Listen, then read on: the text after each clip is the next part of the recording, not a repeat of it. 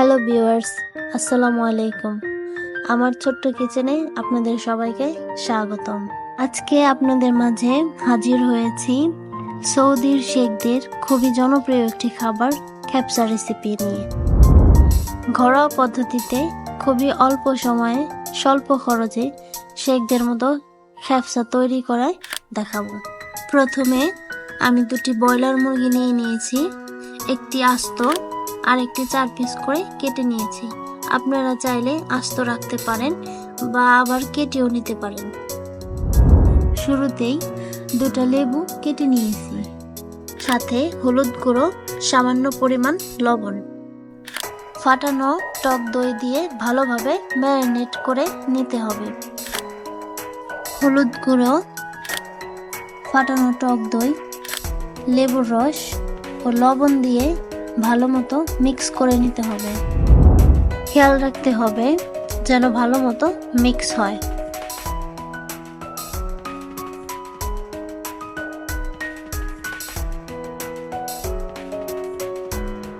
Mix করা হয়ে গেলে ম্যারিনেটের জন্য 40 মিনিট রেখে দিতে হবে। A few minutes later. পেঁয়াজ, রসুন, আদা 4 লিটার পানিতে ছেড়ে দিতে হবে। দারচিনি, লবঙ্গ, এলাচ, গোলমরিচ, তেজপাতা দিয়ে পানি ভালোভাবে ফুটিয়ে নিতে হবে। এরপর ম্যারিনেট করে রাখা মাংসটা ভালো মতো ধুয়ে নিতে হবে, যাতে মাংসের কোনো স্মেল না থাকে।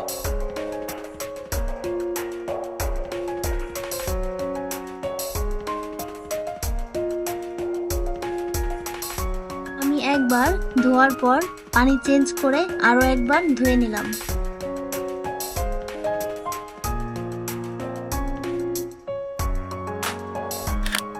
যখন পানি ফুটতে শুরু করবে, মাংসগুলো সিদ্ধ হওয়ার জন্য গরম পানিতে ছেড়ে দিতে হবে, সাথে 4 থেকে 5 চামচ লবণ দিয়ে দিতে হবে।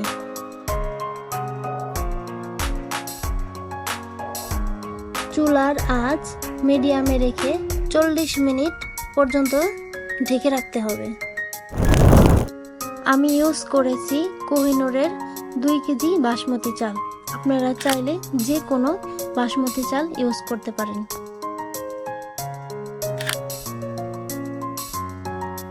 তিরিশ মিনিটের জন্য চালটা ভিজিয়ে রাখতে হবে। মাংসটা সিদ্ধ হয়ে গেলে মাংস তুলে রেখে পানিগুলো ছেঁকে নিতে হবে। পরবর্তীতে এই পানি চাউলে ইউজ করতে হবে। খেয়াল রাখতে হবে অন্য কোনো পানি ইউজ করা যাবে না। সিদ্ধ করা মাংসগুলো হালকা করে ভেজে নিতে হবে।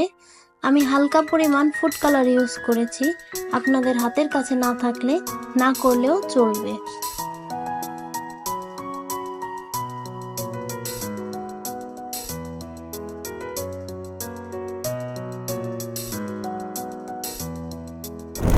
পাতিলে তেল দিয়ে দিব, সাথে 2 চামচ পরিমাণ ঘি।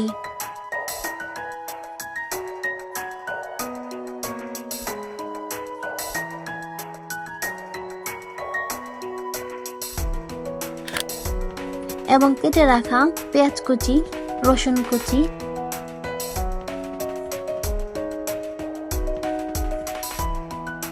দারচিনি,